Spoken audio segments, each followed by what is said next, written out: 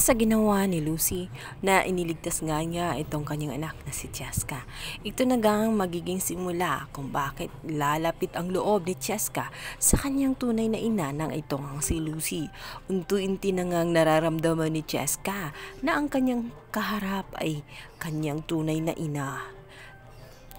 Bigo naman itong si Farah na dungisan ang pangalan ni Lucy sa harap ng kanyang pamilya dahil sa pagkakataong ito ay ipagtatanggol na siya ni Cheska dahil ang bata ay tumatanaw na ng utang na loob dito kay Lucy at hindi na nga masama ang tingin niya dito sa kanyang tita Farah as Lucy. Kahit nahihirapan man si Lucy sa kanyang sitwasyon, ay labis pa rin siyang nagpapasalamat sa mga bagay na iyon, lalong-lalo na nung sabihin ni Cheska na mahal siya nito dahil pakiramdam niya ay malapit na nga sa kanya ang kanyang anak at may pag-asa na nga na makuha niya ng tuluyan ang kanyang pamilya.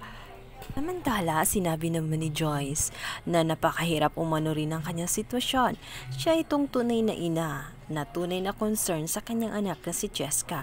Subalit siya naman ay hindi makalapit dahil na rin sa kagagawan ni Farah at hindi siya Lucy sa katawan na iyon sapagkat si Farah ang daladala niyang katawan. Kaya naman nahihirapan siya, ngunit hindi siya sumusuko lalo't ramdam niya na may pag-asa.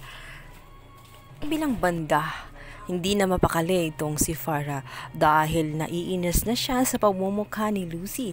Lalo't nakita niya na lumalambot na rin ang puso ni Cheska at naging malapit na sila sa isa't isa. Bagay na hindi matanggap ni Farah, kaya naman gagawin niya ang lahat upang sa kanya lang makapokus ang pagmamahal ni Farah at ni Darius. Hindi siya papayag na maagaw muli ang pamilya na kanyang inangkin, na pamahal at nagustuhan na niya ang buhay na iyon. Kaya naman sa pagkakataong yun ay gagawa niya ng paraan upang madungisan ang pangalan ni Farah ang tuluyan siyang kainisan ni Darius at ipalaya sa naturang bahay na iyon dahil sa kanyang tingin ay talagang mas napapalapit siya dahil nga sa pinapasok niya itong si Lucy sa loob ng kanyang pamamahay. Mas madali niyang magagawa ang mga plano niya. Kaya naman sa pagkakataong yun, ang ginawa niya, nilagyan niya ng wallet ang bag nitong si Farah. Pagmumukhain niyang magnanakaw itong si Lucy nang sa ganun mainis si Darius sa kanya, ngunit magwawagi ba siya? Samantalang kumikilos itong si Farah ng pailalim, si Lucy naman ay walang tigil na gumawa ng paraan kung paano mapapaniwala si Darius na siya ang totoong Lucy. Kaya naman naisipan ni Lucy na puntahan itong si Darius sa pinagtatrabahuan niya. At sa pangalawang pagkakataon, nais na kasi itong makausap, hinawakan niya at doon nga ay nakuryente na naman.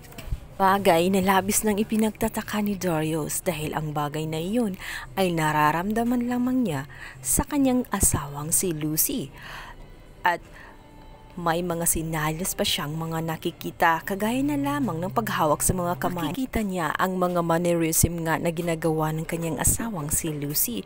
Kaya naman hindi niya maiwasang magtanong kung bakit niya ginagawa ang mga bagay na iyon at bakit niya ginagaya si Lucy. Iyak-iyak na nga itong si Lucy habang kaharap itong si Darius. Sinabi niya rito na hindi niya ginagaya si Lucy sapagkat ganun lang talaga umano siya. Samantalang bigla namang sumagot itong si Darius, ganyan ka dahil ikaw si Lucy? Gulat nga itong si Lucy at sinabi niyang, naniniwala ka na sa akin? Naniniwala ka nang ako si Lucy? Ito na kaya ang pinakahintay ni Lucy, ang makilala siya ng kanyang asawang si Darius. Magwawagi na kaya itong si Lucy sa kanyang mga plano dito kay Darius? Tuluyan na nga niya kayang mabawi ang kanyang pamilya mula sa mga kamay ng buruhang si Farah? Yan ang ating pakabangan sa lalong umiinit na tagpo ng Starline Live.